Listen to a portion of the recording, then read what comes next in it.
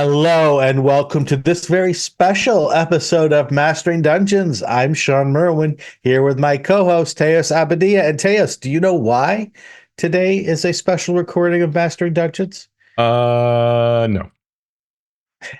According to our show notes, this is the 100th episode where we have been calling ourselves Mastering Dungeons.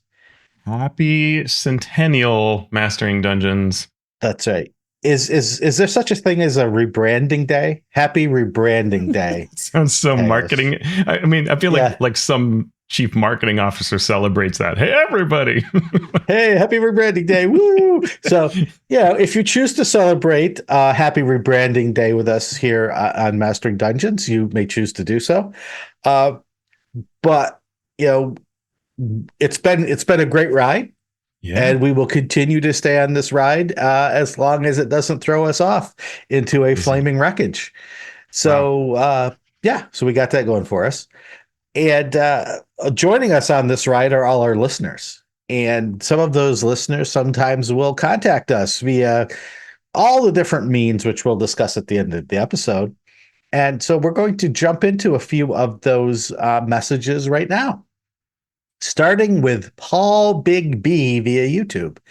Now, Paul Big B had a question that we answered last time, but I think we might have missed a point. So Paul has written us back with this. I appreciate you trying to tackle my question of divine power and its consequences on the Game at One's table. Thank you. The point Shawn makes about aligning with setting specific factions is precisely where I was going, but I didn't want to lose the narrower point where I find the WotC's product is weakest with clerics and paladins. At point 1845, Shawn finishes this with the observation that I still fundamentally stumble over. And here it is. Where are the rules that generate the consequences for the player character? One solution would be to build out the tiny slip of the Renown design system from 2014, incorporating a negative axis like infamy, and then each setting can hook akin to an API into that base mechanic. So to summarize all this, I wish WotC would finish their subsystems and not leave them dangling. And so all great points. I want to start with the one point. Where are the rules that generate the consequences for the player characters? Because I think this is the question of game design. And what I want to say is the rules that generate the consequences for the character in D&D are mostly in the combat pillar. Outside of that pillar, they're really left up for the DM to decide for the most part.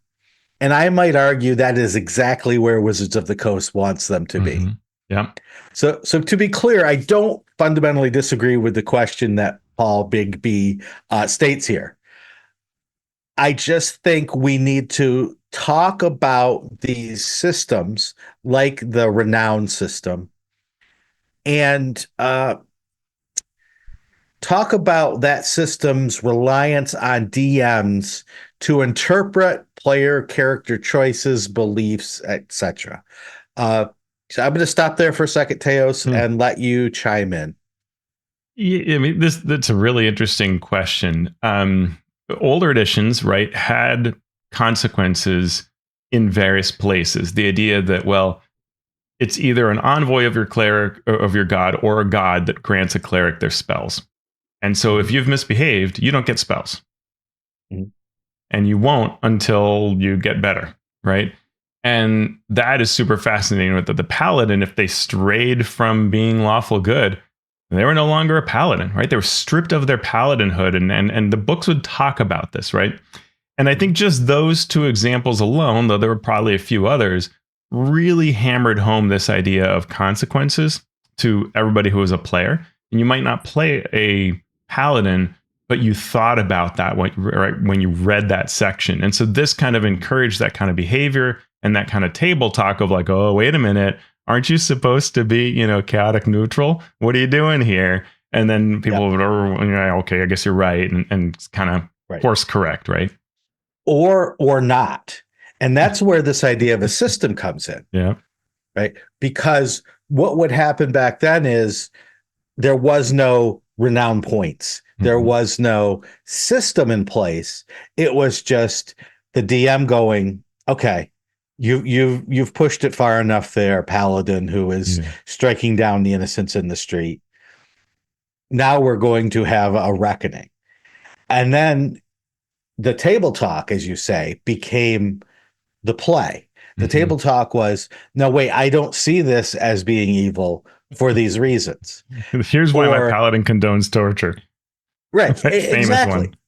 Exactly. Or my paladin walks away while the party does the thing that's really easiest. Right. And so I don't want, and then, right. And then the DM would be like, well, you know what they're going to do. Yeah. So this is still an evil act by ignoring the evil that your party's going to do. And there was no system. There was no point system of, well, you get 2 points taken off for doing this. And if you reach 5 points, there's consequences. So it's a game that, again, the pillars come into play here. Because in my experience, players are fine with consequences in the combat pillar, right? You cast fireball. Yeah, go ahead. You cast fireball on a red dragon. Oh, it does nothing, and now the dragon kills you. That's your fault. Yeah. Or you targeted your players in the fireball. Right. Or you roll 5 ones in a row, and the DM rolls 5 20s in a row. Oh, several crits. You happen to die. Players aren't necessarily happy about that, but they will at least accept that there are consequences for the luck or the choices that they've made in combat. Much less likely, in my experience, is someone accepting, or an average player accepting, the same sorts of consequences happening in the exploration or the role-playing pillar. You know, I say this to the guard. Well, the guard kills you. No, that's not right. That's not fair. Or you fall into this pit. Okay, you die. Wait. What, why, what about, and even if you roll dice with that, it's still much less acceptable for most players to have that happen during that pillar.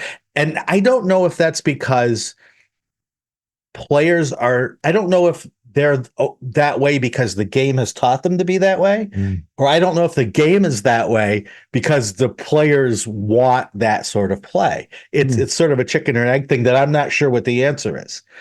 But just in my experience, that's why combat consequences seem fine, but these other consequences are just less accepted overall. Yeah, I mean, I suspect it's a sort of societal thing, right? I mean, I think when you're playing like board games for the first time with a young kid, right? You know, they roll something they don't like and they want to re-roll it, right? Or they want to like, what if my arm were to just hit this die and change what it says, right? And they kind of look at you like, could I just? And you're like, no, it is what it is. And part of maturity is so growing up to accept that. And so I think that in the context of dice, of play, of, decisions, oh, you're right, that meant I fireballed my party. That's my bad. You sort of accept those consequences because they are clear results of your actions. But I think when it gets to things like this sort of renown, infamy, losing your access to spells, warlock, right? Did you stray from your patron, right? We could really go into that, and actually could be very interesting. Novels do that, like crazy, right. And very emphatically. And I think that's where we, that becomes a judgment call. It's not as black and white, and so when it's not so stark a line, then we have to reinterpret it and think, well, now it's my opinion that you have gone too far. And that, I think, is a little harder to take. And so, why did Wizards of the Coast go halfway here? Well, because to go full way is to leave a certain number of people dissatisfied as well. Would be my guess as to why. And I think that if you talk to Chris Perkins or Jeremy Crawford, they would probably say, yeah, no, we don't want to have a rule for that. And in fact, we'll have a quote from Chris later in our news section that I think speaks to how they feel about this along those lines. Yeah. And so I think like Teos said, I think gamifying it, I think there might be ways to gamify this sort of consequence system that would leave at least a number of more people satisfied with it. I could see a system where when you do something that would be against your god, against your alignment, against whatever metric you're using, you roll a die. And if you reach a certain number of points, then because there you're taking the power fully away from the DM. And assuming that there isn't a happy medium within the group of, okay, we accept this, at least you're leaving it up to dice a little bit, and not necessarily doing a toggle on and off of, all right, you have all of your spells. Okay, now you have none of your spells because you made your god unhappy. I can give a bit of an example of that. When at Gamehole Con last year, when I played at Kelsey Dion's table, playing Shadow Dark, my cleric was talking to this entity, and this entity basically was saying I should worship it, right? And that it was almighty and do everything I'm saying, and then I won't destroy you was sort of the underpinning of all this. And so I realized, I couldn't say no to it. It was going to squash me. But I've decided my character was kind of intrigued. So I kind of dual deity'd for a while, let's say. And Kelsey was sort of smiling and laughing, and a couple of the players were too, right? And that kind of matters. The tenor, the kind of nature of it was a little sort of, let's have some fun with this. We weren't trying to be super serious about this play. But, at some point, she basically had a little conversation from my normal god saying, so, what are you doing? Are you moonlighting? Are you? And I said, well, no, I'm with you, but there's this entity, and it is pretty powerful. It's not like you, but I gotta kind of, got to play it a certain way. And she's like, all right, I'm watching, says my deity. But it made it that clear. Like, if you stray a little further, I, the deity, will be mad with you, and there'll be consequences. And I thought that was a really fun way to do it. Right. But no rule would capture that back and forth we had. Right. Sure. I think that if you want rules, you have to think about what they're trying to accomplish, right? Like 13th Age has the icon systems, and those can feel like sort of deities in some ways, or factions that you're a part of, but they're larger than that.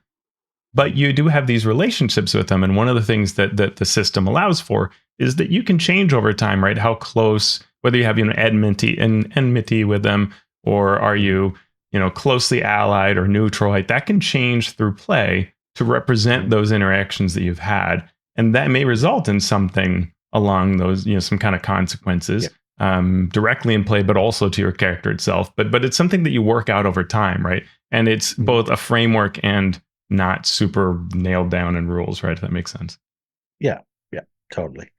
So, Paul, I hope that gets a little closer to the answer. And listen for the news, because as Teos said, something that happened in the news with Wizards interviews speak to this a bit as well. Second question comes from NT Norris via Patreon Discord. So I wanted to ask, how do I meaningfully pivot or change a campaign? I have a Curse of Strahd campaign. I've been playing with the same group over a year now. Several sessions, much past an average D&D campaign in length. We're just about to get PCs to level 7, and I, the DM, and all the players are really enjoying playing with each other and with the characters. That said, since I started this campaign over a year ago, I've learned a lot as a DM, thanks to listening to over 100 episodes of Mastering Dungeons. Thank you for listening. And I think both me and the players would enjoy figuring out how to change the story we're playing in to allow a bit more flexibility in our campaign and our world setting. And so the rest of the question is sort of asking, how do I reinvent the world and the gameplay so that we can become more freeform, more jovial, a little more silly, and more hack and slash, as opposed to Curse of Strahd and Barovia, which is a very story heavy, not railroady, but definitely focused campaign. any advice on how I could achieve a major change the campaign arc tone pivot to offer folks an in-game opportunity for us to change up our setting to achieve those goals. Less super serious, more laughter, more slapstick, more hack and slash and combat fun. I'm going to start with the old communicate with your group, see if everyone's on the same page as you. If they are, then we can talk about methods. Teos, what do you have to say?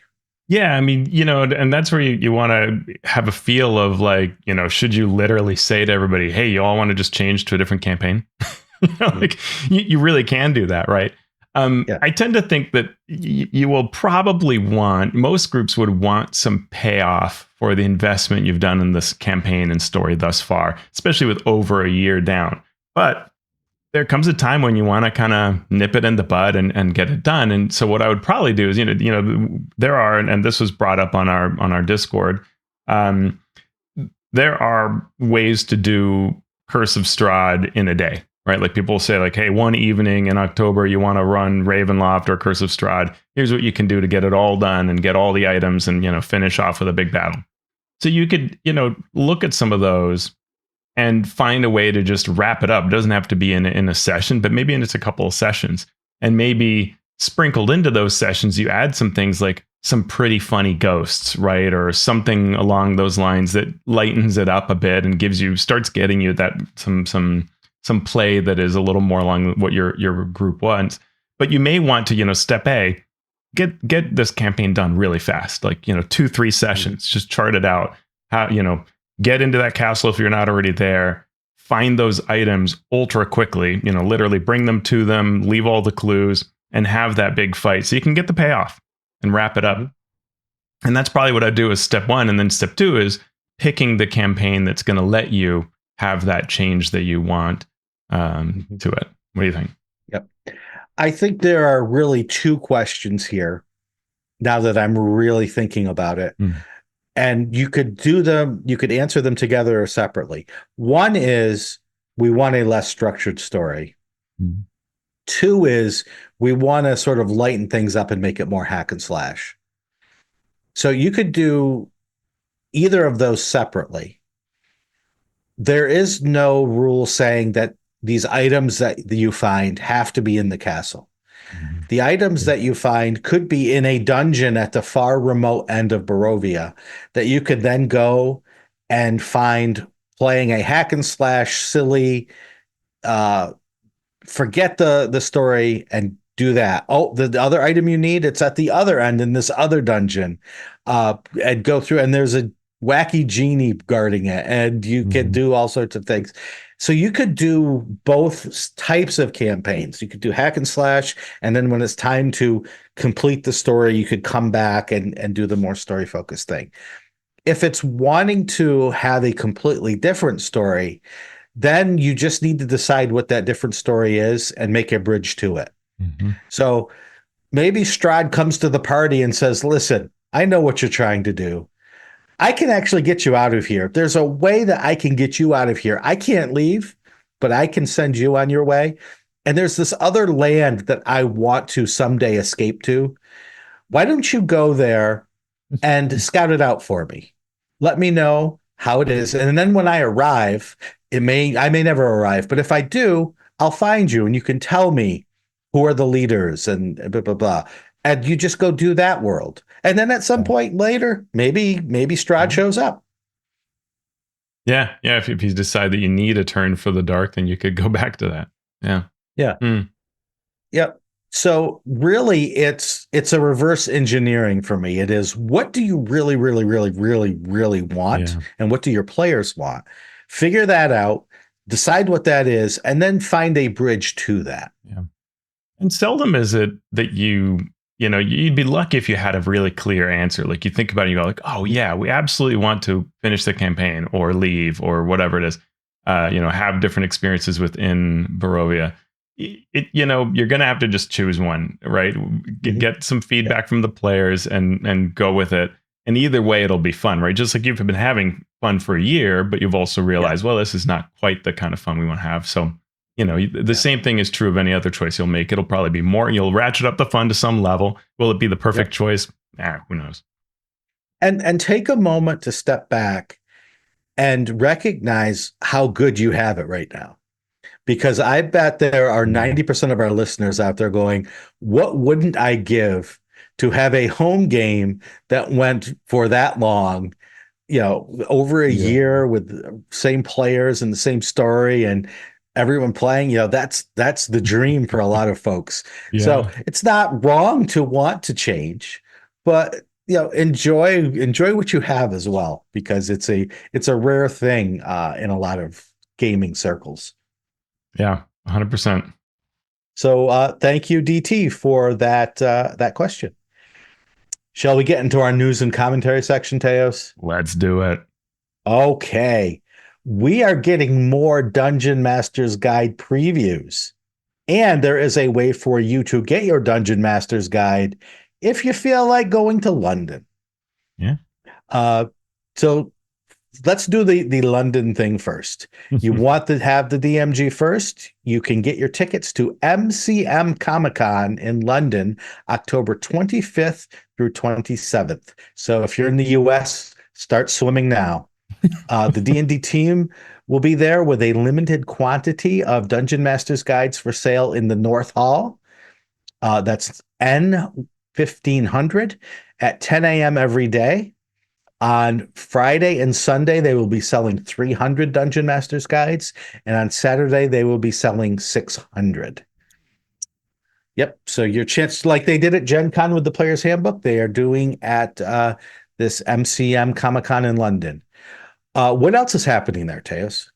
Well, you can watch a live play run by Jeremy Crawford, DMing an all-star cast. There are designer signings. There is a DMG panel where they'll talk about the design of it and what's in it. Learn to play adventures will be offered. Hunt for the Lost, Uni's Lost Horn will be there. A Learn to DM workshop. I thought that was very interesting. And we reached out to Chris Tulloch, head of organized play, and he said, yeah, they're kind of trying this out in London. And maybe if it's successful, there'll be these Learn to DM workshops at other shows too, which I think is really cool. I know at PAX West, a lot of folks have come up and asked across the years, like, hey, is there any kind of Learn to DM workshop here? So this is really neat. Mm-hmm. There's also an anniversary special called Scions of Elemental Evil premiering there. An early debut of the next adventure in the series. Beneath the Temple of Elemental Evil lies a labyrinth of tombs and ritual chambers. For years, these dungeons have lain in ruin. Now, Forsaken Souls return, raising an army of evil to destroy the world. Pre-made 4th level characters are provided, featuring the 2024 Player's Handbook rules. Yeah, it's interesting. When they say like continue the series, I think what they mean is there's these sort of anniversary specials are Sojkanth, the Uni. This one, was there another one already? I forget. But it's part of this these releases to sort of celebrate the 50th. So yeah, I'm really excited to see what this is like, and hopefully we can also see it like on D&D Beyond later. Yeah, super cool. And then they had more videos previewing the Dungeon Master's Guide. And Chris Perkins and James Wyatt, two of the authors of the Dungeon Master's Guide, gave us a little sneak peek of Chapter 3, which gathers together useful Dungeon Master tools and sort of presents them alphabetically. So things that you need to be aware of as a Dungeon Master are presented in this way. What did you take from the video, Teos? They do try to focus on new things, but they often will mention things that already existed in 2014. Like one of my favorite examples is they go through and roll to create a settlement. And I was like, cool. Wait, didn't Shawn and I do this when we reviewed the 2014 DMG? And so I opened that section up as I watched the video, and there were actually some new things that they came up with, but a lot of them were right out of the same tables you and I rolled on when we were reviewing the DMG. So I think this is more of a review of the book as a whole versus just, hey, here's what's new. Gotcha. And so they also get into things like firearms, things that you might not use as a dungeon master, but then you also might. They talk about dungeon features, concepts like fear and mental stress, and we get the talk on the dreaded topic of alignment.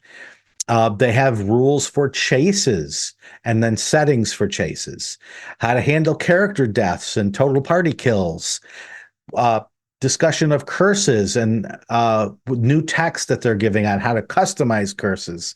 And they even go into doors, because who doesn't love the Doors, Teos? Jim great band. I mean, yeah. Right. Yeah, I mean, This Is the End, excellent song, but also on the DMG topic, alignment was discussed, and this goes to our earlier question. The book argues, and Perkins talks us through this, that action determines alignment. Alignment doesn't determine action. Mm-hmm. So if a creature's behavior changes, then the alignment can change. And they give the example of a goblin that might initially be hostile and it's neutral evil. But the party might win it over and talk it down from combat, teach it to change its ways. And if that behavior is over time different enough, then the alignment would change. And so, I think that kind of speaks to this idea of why aren't there consequences on alignment? Because, and the answer they might give is, well, we're not seeing this as a shackle to which you must conform, but rather the current representation of how to summarize what you are actually doing. So if what you're doing changes, then your alignment changes. That's an interesting take. It is. And that, like you said, goes back to that initial question of consequences for action. So the only consequence, apparently, of doing something different from your alignment is change your alignment. Yeah. And I can't say I'm surprised, and I can't say I'm terribly upset by that. The game itself is removed right before. It used to be that some classes would say your alignment has to be an X, Y, or Z. Or to worship this deity, your alignment must be A, B, or C. And then alignment change would have actually had deep teeth in older editions, because that would bump you out of whatever you were, and you would have to atone or whatever, right?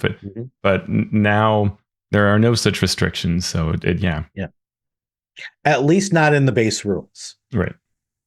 Let's look at the settings, maybe. And Dragonlance. Hey, then, right? I mean, I think we saw that in the original incarnation of Dragonlance in Unearthed Arcana, where they would say to be a red wizard is to. But I believe a lot of that really went away, right? And Yep. No, in the future releases of Dragonlance, maybe. And the door section seems pretty interesting, as well, as they try to codify approaches and provide stats on not just doors, but on locks. Yeah, I thought that was interesting. And this also hits on some comments we've had on one of our earlier videos where we talked about DCs. And, the tools section of the player's handbook has this very prescriptive, here are the tools and here are the DCs, right? And in fact, if you're trying to figure out how to pick a lock, you find it by reading the lock section, and that the DC of a lock is 15, and you use this check to try to open it. And it all sounds very static. Well, that's the equipment section, which is on page, 100 and something. If you go to page 10 will actually say that this book, the player's handbook, has DCs and that they are examples. Mm-hmm. But it's really easy to miss that, right? Well, this reinforces that, because we apparently get not only information on doors, which codifies approaches to approaching the door, dealing with the door, and then stats on various doors and on various locks. So we can see here that though the PH might make it look like there is one lock to rule them all, here there are various locks of different types. So. Okay. Is there different types of ropes and the DC to climb them? I'm asking on behalf of a friend of the show. We will find out, right? But I mean, I think that's where I end up saying, well, then why did you do what you did in the player's handbook? Because the player's handbook really kind of makes it seem like this is all very cut and dry and one way. Yeah. And then I wish the tools section would have just said, which it easily could in the text that's there, you could easily have said, these example or typical or whatever DCs. Mm-hmm. Feel free to vary, your DM may vary them, or they may vary based on the situation. that just would have saved everybody a lot of grief, I think, versus having to put two books together to figure out what the real answer is. Yeah. Yeah. We also get information on dungeons, how to map them, compiling scattered information to help game masters run dungeons. And I love the return to the focus on dungeons and on dragons in Dungeons and Dragons. Just, Yeah, well, and I think that, there have been some loud folks like the Alexandrian talking about how this is, lacking. Maybe we'll see to whether they go to the extent that pleases them, on having dungeon procedures and things like that. So we'll see what's here and how different it is from what was already there. Yep. We get some information on environmental effects with some pretty straightforward rules to make adventures interesting. Also, planar effects from cosmology chapter are brought up here. I'm curious to what extent they will actually pull from things like it wasn't Tasha's. I forget. There was one of the books. Maybe it was Van Richten's. One of them kind of gave us like all these planar tables and effects, and I'm wondering whether they'll remember to go back and get that. They probably will, because I think James Wyatt worked on it. But I'm curious to whether they pull in some of those things that are in other source books, or if they really stick to more of the DMG. Yeah, you would think the Planescape book was published recently enough that they would maybe find stuff there if it was there. They replaced the madness rules of 2014 with different ways to reflect mental stress, which makes sense with the push to not gamify, insanity or mental problems. Traps, poison, NPCs are also mentioned here. Some of them have evolved. They give ways to adjust the level of traps and hazards. What else do they have in this section? I noticed the art, which includes pictures of the 80s cartoon characters. And I also saw, I forget if it was this video or previous one, art from the Fallbacks novel series. You could see their little pet companion Audiog was there. So, it's kind of fun that they add this in, some really nice looking art. And as you mentioned, Perkins' roles to create a settlement. They said that the siege weapons now include a keg launcher, which I thought was very Acquisitions Incorporated. Yep, you can now launch your keg robot with your keg launcher. But where is the spigot, Shawn? Where is the spigot? Yeah, it's a good question. That is a good question. The question that is on my mind constantly. And you can see all of that Chapter 3 DMG preview following the link in our show notes to the YouTube video. Teos, finally, you've been beating this drum forever. Someone at Screen Rant has noticed that the DMG movies do actually doing okay. It's true, Shawn. It's true. They have an article out noting that Honor Among Thieves has become a global Netflix hit, despite not even being available in the US. So Netflix shows the weekly kind of listing of top movies, the top 10, and various people look at this and parse it and so on. And there was an impressive 3.2 million viewers and 7.2 million viewing hours, both last week, and it looks like this week as well, if I kind of put in the date of October 13th, placing it in 9th place on the list. And that is really due to limited number of EU territories. Like it was number 1 in Croatia and Serbia, right? And like number 4 in Brazil. So just not every country has it. And of course, not the US, and yet still globally ranking 9th. So Screen Rant points this out as, well, first they praise the movie. They say, I don't know what's wrong with humanity to have missed this as a great movie. And they say that, it got all this acclaim from them and others in the past, gathers all the high marks it received from various audience review platforms, and the Hugo Award for Best Dramatic Presentation Long Form it won this year. And that all of this could encourage a second movie. And that maybe it'll boost it in subsequent weeks higher, especially if it were ever to be on Netflix in the US. Yep. And I think that's where it's of interest to me, is I've seen a lot of people when articles like this come out say, I thought it would be just as bad as all the other D&D movies, so I didn't even bother watching it. And now that I threw it on when I was cooking dinner, and it was really good. And if it picks up any of this momentum or maintains any of this momentum with a more limited uh, production cost, it would make it worth it to have the long-term impact on Paramount Plus and then on the other streaming channels as it goes through its cycle to gain some more attention. So the first question, though, is will we see any of these supposed series come out that we've heard about? I'm still waiting on those. So Me too. We'll always keep an eye on that.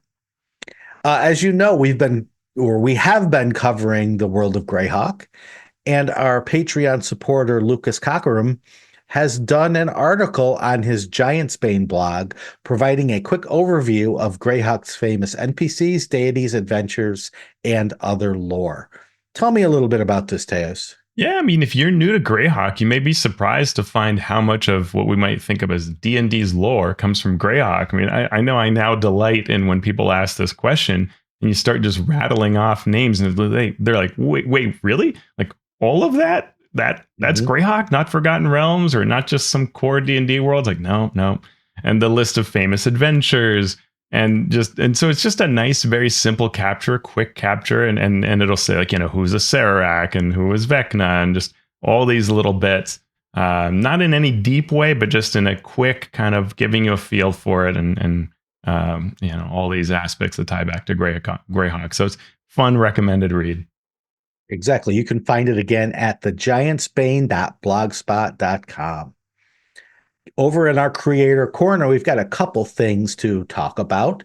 We have the incredible Keith Ammon having updated their approach to capture nurture rather than nature in something entitled An Equal Portion Dealt, Cultural Backgrounds for 5e 2024. What is included in this DM's Guild product, Teos? Well, 30 cultures that you can put in. And the real point is, like, if you think of the 2024 rules where it really says, like, okay, because you are a sailor or a guide or whatever it might be, you get ability points and you get these skills and you get this feat. And that may feel a little weird that, like, every sailor has this one feat, right? Mm-hmm. And so really going into that nurture concept, right? Saying, like, well, what if we say that instead it's culture, right? So to quote from his product page, create a rogue from a maritime culture, a barbarian with an honor culture, or a paladin from a corrupt culture, or a fighter from an erudite culture. Better yet, be a bard from a body-modifying culture and start the game with the tattoo kit. Adorn your friends for fun and profit. And Keith was kind enough to do a sneak peek as he was working on it on our Discord, and even kind of think through some options of, should there be a hedonistic culture, and what does that mean? And it's really fun. It's a really neat approach to kind of change up the idea of what your background is, making it this cultural aspect. It's only $5, so thanks, Keith, for creating that. Yep, and you can get the link to its DM's Guild listing in our show notes. And speaking of friends of the show, Ryan Luce has shared with us an adventure called Trapped on the Cyre 1313. Cyre as in the place in Eberron that was blown up on the Day of Mourning. Mm-hmm. So this adventure is set in both Eberron and Ravenloft, and it's called No Time for the Wicked, Trapped on the Cyre 1313. What goes into this adventure, Teos? The fun of it is that it's a Groundhog Day type mystery. So you are traveling on this lightning rail train that Eberron has, and you're stuck in a time loop, and this is causing you to travel through Ravenloft rather than to get back to the destination you're trying to reach. It's an adventure for 3rd to 4th level PCs, 6 to 9 hours of play, high resolution maps of each train car, and you have to unravel this puzzle of why you're in this time loop and work it out by visiting, the different train cars and things like that. Very clever concept, a lot of fun. Right? I love Groundhog Day type adventures. So, yep, very fun. Good fun. Can't wait to check that out. And that again is available on the DM's Guild with a link in our show notes. And last but almost not least, Dwarven Forge Dungeons Reforged. Our friends at Dungeon Forge are launching their next campaign this Wednesday, just in time for Gamehole Con. What now? You've worked with Dungeon Forge plenty, Teos. What's going on in this campaign? Yeah, so really, this is taking their vast number of dungeon pieces they released over many different Kickstarters and pulling them together into one set with some really neat, awesome additions, and giving new fans the opportunity to get into this, right? And say like, okay, I missed all that. How could I just get some cool sets, right, to help me make the kinds of dungeons that I see people building with awesome Dwarven Forge? And so you can pick up 3 different types of sets. They have the kind of traditional classic dungeon, the Dungeon of Doom style, where there are kind of pillars on the walls that I like a lot, or a new sinister paint scheme. So you can do that where they want to create a particular look for a certain room or section of the dungeon, or because you one like over the others. And everything is discounted compared to the typical prices. Plus, when it's on their website, they tend to sell out. So this is like the time to pick it up. And even if you don't want the full terrain builds and you're more of the kind of DM that puts a few things on a battle map, they have some set pieces that are just amazing. Like one of the new ones is like a serrated, kind of jagged, daggery like stuff all around an opening, right? And you can just think of how much fun that would be to plop that down on the map and everybody goes, oh man, we have to go in through that. Or maybe you're fighting around it or whatever it is. So there are a lot of those kinds of set pieces that you can just drop down on a battle map and have fun with. Is there any sort of campaign that goes along with it? Sadly not, but I'm sure you could build the Dwarven Forge Dungeon of Doom with it. I don't own all of Dungeon of Doom, not remotely close, and yet I can build almost anything from it with the pieces that I own. So a lot of times it really kind of works either way. Everything's modular enough that you could build the free adventures that they have on their website that I help write. So yeah, find the campaign at gamefound.com. There you Dungeons go. Reforged. And I want to give one quick shout out to our Grim Hollow Transform Kickstarter. I'm heads down working on the content for that. We are roughly halfway through. We are approaching $600,000, and there is so much more that I want to make for this, and we could use your support to do so. You can do so by simply going to Kickstarter and typing in Grim Hollow Transform to see everything going on there. Awesome. And with that, we are going to get to our main topic today. We are going to be interviewing none other than Hannah Rose. We have talked about Hannah's New Horizons magazine, a TTRPG monthly, I believe. Quarterly right now. Quarterly. Yeah. Okay. Well, we'll find ask. out. We'll ask Hannah all about that in our next segment. Sweet.